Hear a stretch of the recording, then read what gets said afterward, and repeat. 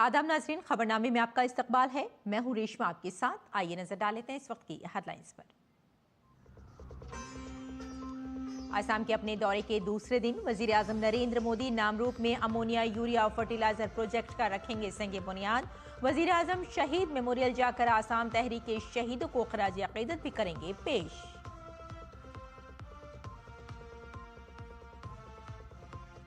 Hackers की ghost pairing मुहिम की वजह से हुकूमत ने व्हाट्सएप सार्फिन को दिया इंतबाह। लोगों को पर्सनल कॉन्टैक्ट्स के मुश्तबा लिंक्स पर क्लिक न करने की दी सलाह। अमेरिका ने वेनेजुएला के साहिल से एक और ऑयल टैंकर को किया जब्त। वेनेजुएला ने कहा अमेरिका दूसरी बार बहरी कज़ाकी और हाईजैकिंग का है मुरतकिब। और दुबई में अंडर 19 एशिया कप के फाइनल में आज पाकिस्तान और भारत होंगे आमने सामने। भारत नवी बार जीत के लिए पुरअज़्म।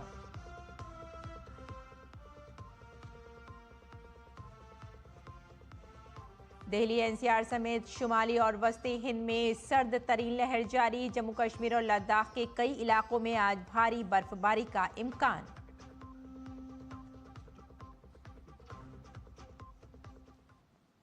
और आइए अब खबरों पर डालते हैं तफसील से नजर। वजीर आजम नरेंद्र मोदी के आसाम के दौरे का आज दूसरा दिन है। वजीर आजम रियासत में एक नए brown field ammonia fertiliser project का आगाज करेंगे। वजीर आजम तारीखी आसाम तहरीक के शहीदों को खराज अकीदत पेश करने के लिए शहीद मेमोरियल अहाते का दौरा भी करेंगे। काबिल जिक्र है कि 6 साल तवील अरसे तक जारी रहने वाली ये अवामी तहरीक रियासती तशख्खुस और सलामती की इज्तिमाई अज़्म की अलामत रही है। वजीर आजम नरेंद्र मोदी की तरफ से आसाम को तरक्याती मंसूबों का तोहफा इतवार को भी जारी रहेगा। रियासत के अपने दौरे के दूसरे दिन वजीर आजम एक नए ब्राउन फील्ड अमोनिया यूरिया खाद के मंसूबे का संगे बुनियाद रखेंगे। ये सहूलत Brahmaputra valley fertiliser corporation limited के नामरूप डिब्रूगढ़ जिले के मौजूदा अहाते में वाक़ई होगी। 10,600 करोड़ रुपए से ज्यादा की सरमायाकारी के साथ ये प्रोजेक्ट आसाम और पड़ोसी रियासतों की खाद की जरूरियात को पूरा करेगा। इससे दरामदात पर इन्हिसार कम हो जाएगा, बड़ी तादाद में लोगों को रोजगार मिलेगा और इक्तिसादी तरक्की की नई राहें भी खुलेंगी। इसमें 12.70 lakh tonne 12.70 lakh tonne metric tonne urea बनेगा। पर डे ये 3,850 टन यूरिया बनाएगा। आसाम के लिए ये बहुत बड़ा एक सम्माननीय प्रोजेक्ट है और हमारे आदरणीय प्रधानमंत्री नरेंद्र मोदी जी का भी सपना है कि यूरिया के क्षेत्र में भारतवर्ष आत्मनिर्भर बने। तो उसी श्रृंखला में ये प्लांट बनने जा रहा है। ये सनती बहाली और किसानों की फलाह बहबूद का संगे बुनियाद है। इस मंसूबे को लेकर मुकामी लोगों में जबरदस्त जोशो खरोश पाया जाता है। अभी भारत सरकार और असम सरकार के जो उत्तर पूर्व के लिए जो नज़रिया है सेंट्रल गवर्नमेंट का बहुत सुधरा है। हम युवा शाम के लिए बहुत ये आशा का विषय है। हम बहुत आशावादी है और प्रधानमंत्री मोदी जी को हम लोग का आसाम की तरफ से डिब्रूगढ़ जिला की यूथ की तरफ से बहुत बहुत धन्यवाद। ये युवा का सरकार है, युवा नीति का सरकार है, युवा का भलाई के लिए काम किया है। ये नाहरकटिया में जो प्लान था ये बंद हो चुका था। अभी मोदी जी ने नया वो पैकेज दे के ये प्लान तो फिर से चालू किया। इससे हमारा यहाँ का जो असम का युवा है बहुत खुश है। वजीर आजम आसाम तहरीक के दौरान अपनी जानों का नजराना पेश करने वाले बहादुर शहीदों को खराजी अकीदत पेश करने के लिए शोहदा की यादगार का दौरा भी करेंगे। ये 6 साल तवील अवामी तहरीक थी जो गैर मुल्की आज़ाद आसाम को महफूज बनाने और रियासत के शनाख्त के तहफ़्फ़ुज़ के इज्तिमाई अज़्म की अलामत थी। वजीर आजम साइट का दौरा करने वाले पहले वजीर आजम होंगे। 10,000 करोड़ रुपए से ज्यादा की लागत की इस परियोजना से न सिर्फ असम बल्कि पूर्वोत्तर के तमाम राज्यों को इसका लाभ मिलेगा। इस परियोजना से न सिर्फ किसान कल्याण को मजबूती मिलेगी बल्कि इलाके में रोजगार और आर्थिक विकास को भी नई गति मिल सकेगी। कैमरामैन सौरभ बख्शी के साथ अजीत द्विवेदी, डीडी न्यूज, नामरूप, असम। और इससे पहले कल वजीर आजम नरेंद्र मोदी ने गुवाहाटी में रोड शो किया। हजारों लोग पीएम की एक झलक देखने के लिए सड़क पर कतारों में खड़े नजर आए।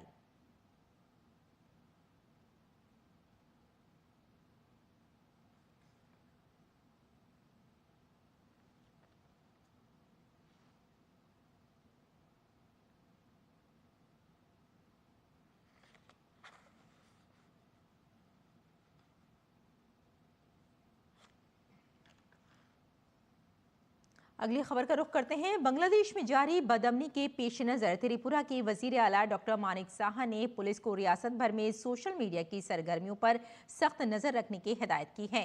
रियासत में अमन व अमान की सूरत हाल पर एक जायजा मीटिंग के बाद सहाफ़ियों को तफसीलात बताते हुए डॉक्टर साहा ने कहा कि पुलिस को वाज़ेह हिदायत दी गई हैं कि वो इस बात को यकीनी बनाएं कि समाज दुश्मन अनासिर रियासत में फ़िरका वाराना हम आहंगी को ख़राब ना करें, खासतौर पर बांग्लादेश की नाजुक सूरत हाल के पेश नज़र। वज़ीर आला ने कहा कि त्रिपुरा 3 अतराफ से बांग्लादेश के साथ बैनुल-अक़वामी सरहद का इश्तराक करता है, इसलिए इंतहाई चौकसी की ज़रूरत है।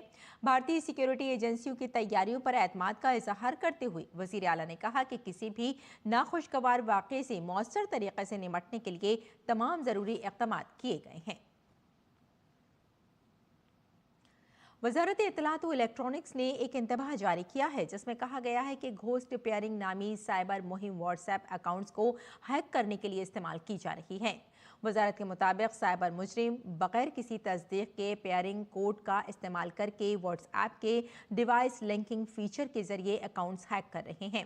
ये धोखा आमतौर पर उस वक्त शुरू होता है जब आपको किसी मालूम नंबर से तस्वीर मौसूल होती है और एक को पैगाम आपसे देखने के लिए कहा जाता है। ये पैगाम फेसबुक की तरह के प्रीव्यू के साथ एक लिंक पर मुश्तमिल है और फ़ोन नंबर पर मुश्तमिल एक तस्दीकी अमल की तरफ आपको ले जाता है।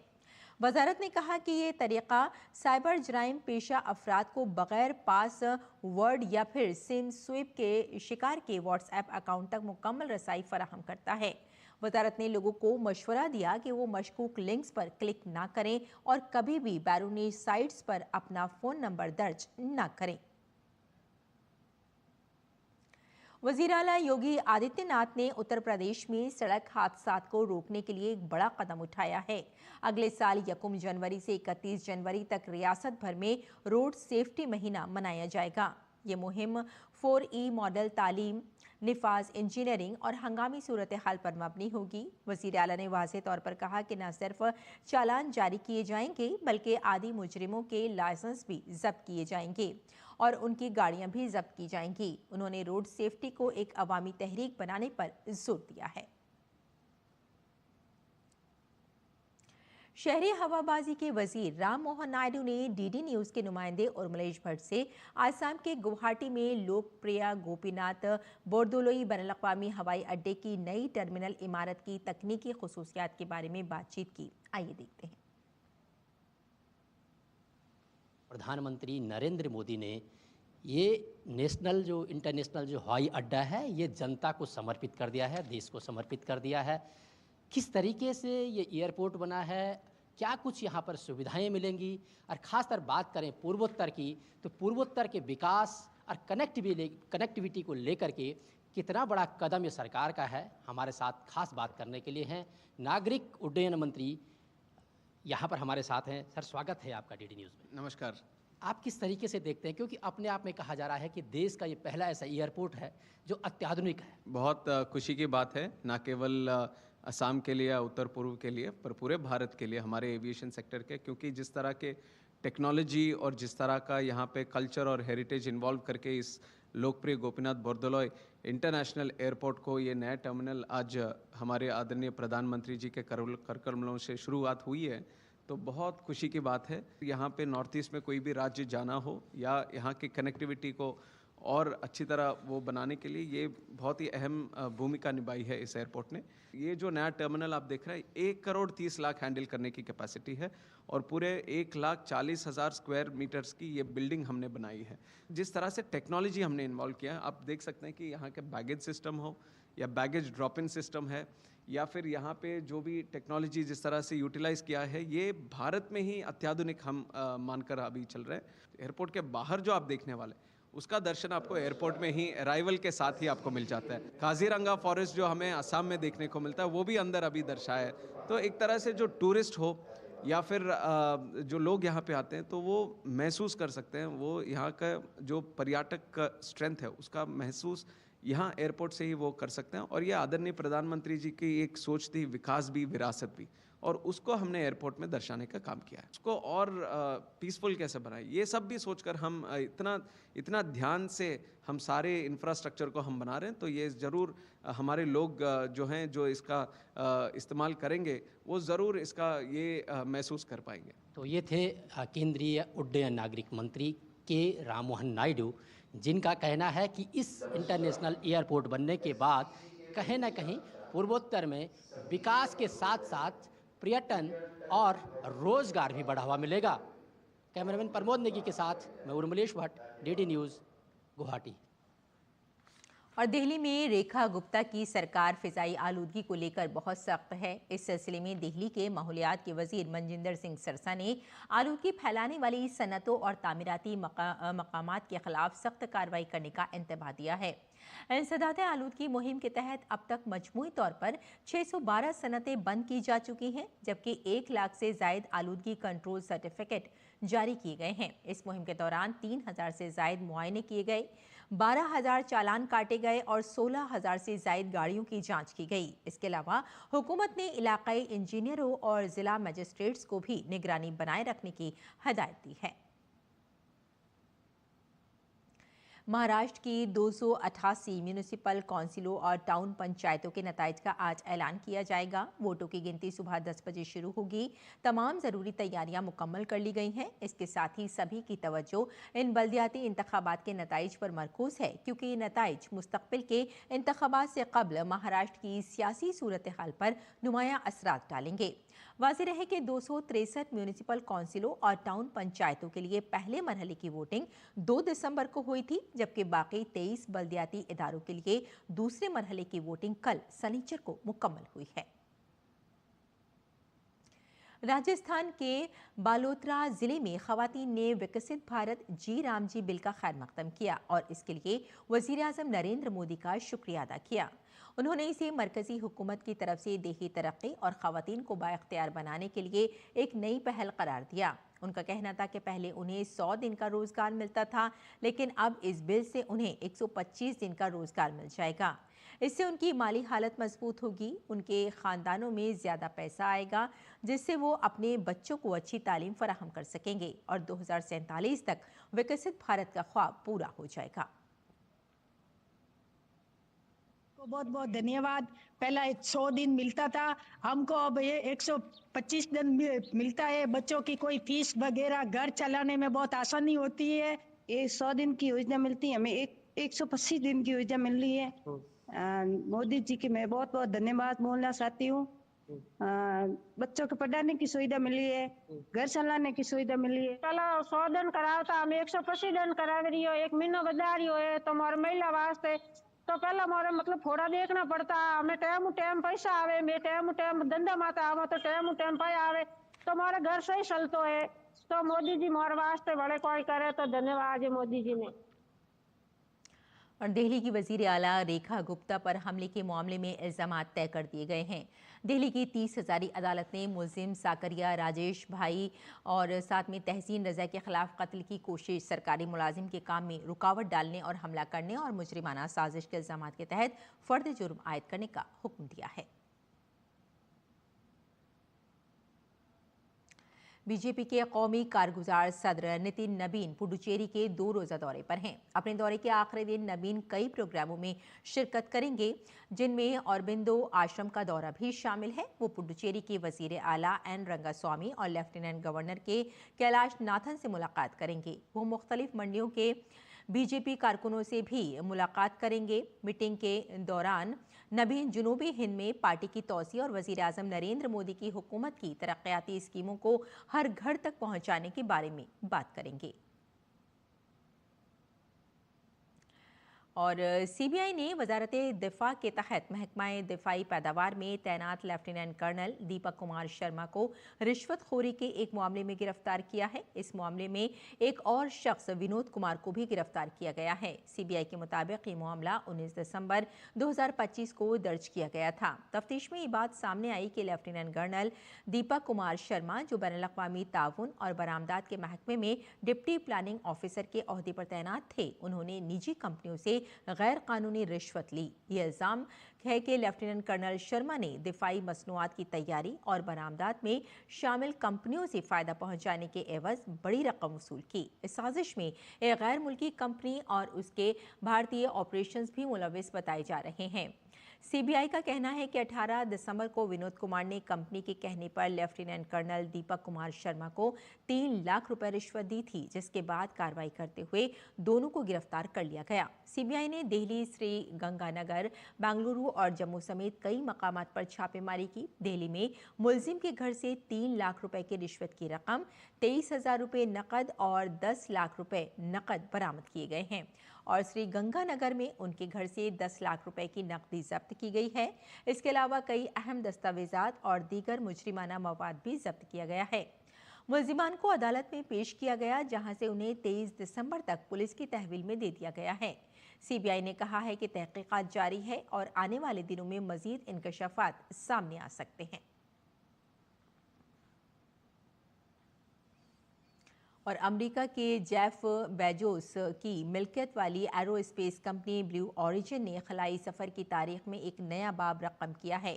कंपनी ने पहली बार व्हीलचेयर इस्तेमाल करने वाली मिकेला बेंथोस को कार्मन लाइन यानी खला की बैनुल-अक़वामी सरहद के पार भेजकर एक तारीखी कारनामा अंजाम दिया। काबिल जिक्र है कि जर्मन एरोस्पेस इंजीनियर मिकेला 2018 में माउंटेन बाइक के एक हादसे में जख्मी हो गई थी। इसके बाद उन्होंने व्हीलचेयर पर सवार लोगों के लिए खलाई सफर को मुमकिन बनाने के लिए काम शुरू किया। मिकाले अपने 5 दीगर साथी मुसाफिरों के साथ टेक्सास से रवाना हुई। चंद मिनटों तक माइक्रोग्रेविटी का सामना करने के बाद पैराशूट की मदद से वो बाहिफाजत उन्होंने लैंडिंग की। वेनेजुएला और अमेरिका के दरमियान कशीदगी एक बार फिर बढ़ती दिखाई दे रही है। अमेरिका ने दूसरी बार बैनुल-अक़वामी पानियों में एक बहरी जहाज से तेल ले जाने वाले वेनेजुएला के ऑयल टैंकर को जब्त कर लिया है। वेनेजुएला ने इस कार्रवाई की मजम्मत करते हुए अमेरिका पर टैंकर चोरी करने और उसके अमले को अगवा करने का इल्जाम लगाया है। वेनेजुएला के नायब सदर डेल्सी रोड्रिग्स ने सोशल मीडिया पर पोस्ट किया कि बहरी क़ज़्ज़ाफ़ी के जिम्मेदारों को बख्शा नहीं जाएगा। उन्होंने कहा कि इन इक़दामात की इत्तला अक़वाम मुत्तहिदा की सलामती कौंसिल, दीगर कसीरुल-जहती तंजीमों और हुकूमतों को दी जाएगी। दरहकीकत अमरीकी सदर डोनाल्ड ट्रंप ने वेनेजुएला से गुजरने वाले ममनुआ ऑयल टैंकर्स पर मनशियात की दहशतगर्दी का इल्ज़ाम लगाते हुए उन पर मुकम्मल नाकाबंदी कर दी है, जिसके बाद वेनेजुएला से आने और जाने वाले ऑयल टैंकर्स को कब्जे में लिया जा रहा है। और आइए नाज़रीन, अब नजर डाल लेते हैं दिल्ली से शाये कुछ उर्दू अखबारात पर।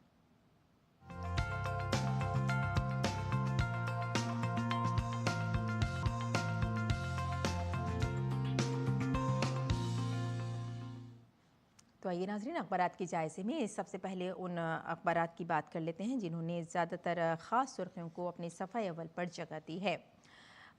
कल वज़ीर-ए-आज़म नरेंद्र मोदी का मगरबी बंगाल का दौरा था, जहां उन्होंने वर्चुअली खिताब किया एक जलसा आम को और वहां उन्होंने कहा कि ममता हुकूमत को तरक्की मुखालिफ और दरअंदाजों का हामी उन्होंने करार दिया और साथ ही आवाम से बीजेपी की हिमायत की उन्होंने अपील भी की और कहा कि डबल इंजन की जो सरकार है वो बहुत जल्द बदलाव लेकर आएगी मगरबी बंगाल में। इसके अलावा कई ख़ास बातों पर वज़ीर-ए-आज़म नरेंद्र मोदी ने लोगों की तवज्जो मरकूज़ कराई।